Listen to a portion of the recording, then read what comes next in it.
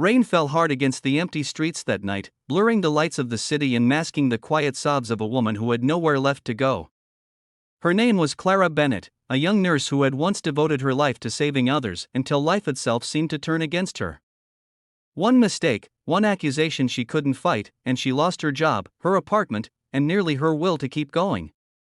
She sat on the cold sidewalk near a closed cafe, clutching her soaked jacket tightly around herself, whispering through trembling lips, "Just one night. I just need one night somewhere warm." That was when a car stopped. Not a random stranger, not someone pitying her out of obligation, but a man whose eyes carried the same loneliness she felt. Ethan Hale, a single dad and the CEO of one of the city's biggest tech companies, watched her through the rain-covered window. He didn't know her, yet something about her quiet dignity, the way she didn't beg, didn't plead, pulled at something deep inside him. He stepped out, the rain soaking through his tailored coat.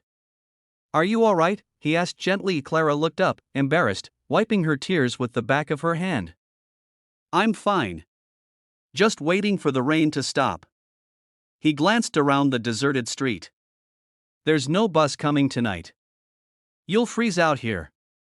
She gave a faint, hopeless smile. "I've been through worse." Ethan hesitated. He knew better than to get involved. As a CEO, as a father, and as a man whose own past mistakes had cost him more than money, he had learned to keep his distance. But something inside him refused to walk away this time. He took a quiet breath, then said softly, "Come home with me." Clara blinked, stunned. "What?" "Just for tonight," he said. "You can have a warm meal and a place to rest. I promise it's safe. My son's at home. You'll be fine." And that single decision, born out of kindness and instinct, would change both their lives forever. Clara followed Ethan to a quiet suburban house, where laughter had once lived but now only silence filled the halls. Ethan's 6-year-old son, Oliver, peeked from behind the couch when they entered, clutching a stuffed bear. His wide eyes studied Clara suspiciously, then darted to his father for assurance. "She's a friend," Ethan said softly, ruffling his son's hair. "She'll stay with us for a bit." Oliver nodded shyly but didn't speak. Clara smiled, her heart aching. She had seen children like him before, gentle souls carrying heavy silences. Ethan showed her to the guest room. It wasn't much, but to Clara, it felt like heaven. A clean bed, a lamp, warmth. She almost cried when he handed her a towel and said, "There's soup on the stove if you're hungry." That night, while she lay under the soft blanket, Clara stared at the ceiling, tears quietly falling. It had been months since someone had treated her like a person instead of a problem. She didn't know who this man really was or why he cared, but for the first time in a long time, she prayed for tomorrow to come by. In the morning, she woke up early and found the kitchen already buzzing with the smell of pancakes. Ethan was making breakfast, and Oliver sat at the counter, still in his pajamas, scribbling something on a notepad. Clara smiled nervously. "I can help," she offered. Ethan looked up, surprised. "You don't have to." "I want to," she said simply. Over the next few days, Clara stayed on, promising to leave once she found a job. She cooked, cleaned, helped Oliver with his schoolwork. Slowly, warmth began to return to the quiet house. Ethan noticed it, the sound of laughter, the smell of homemade food, Oliver smiling more.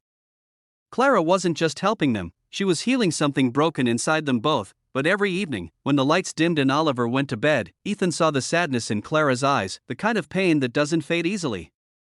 He wanted to ask, but he didn't push. Until one night, he found her sitting in the living room, staring at a folded paper in her hands. "What's that?" he asked gently. She hesitated, then handed it to him. It was a dismissal letter from the hospital where she'd worked. "They said I gave the wrong medication," she whispered. "But it wasn't me.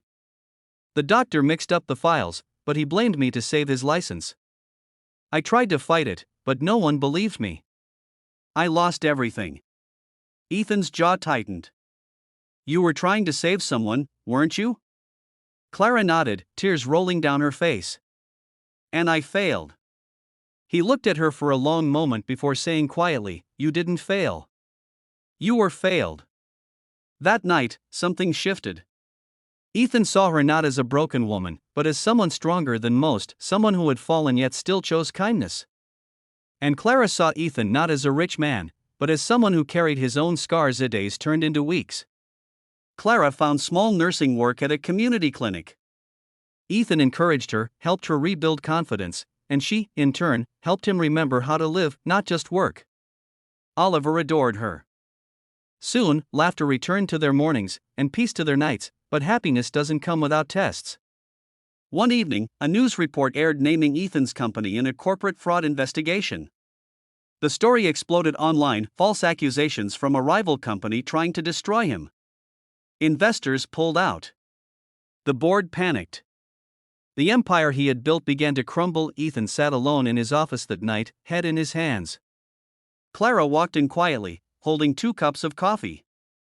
"You once told me I didn't fail," she said softly. "Now it's my turn to say the same to you." He looked up at her, exhausted. "Clara, I'm losing everything." She smiled faintly. "Then let's rebuild. Together." And she meant it. For weeks, she stood by him, helping with legal paperwork, keeping Oliver's life stable, being the strength he didn't know he needed. When the truth finally came out that the rival firm had fabricated evidence, Ethan was cleared.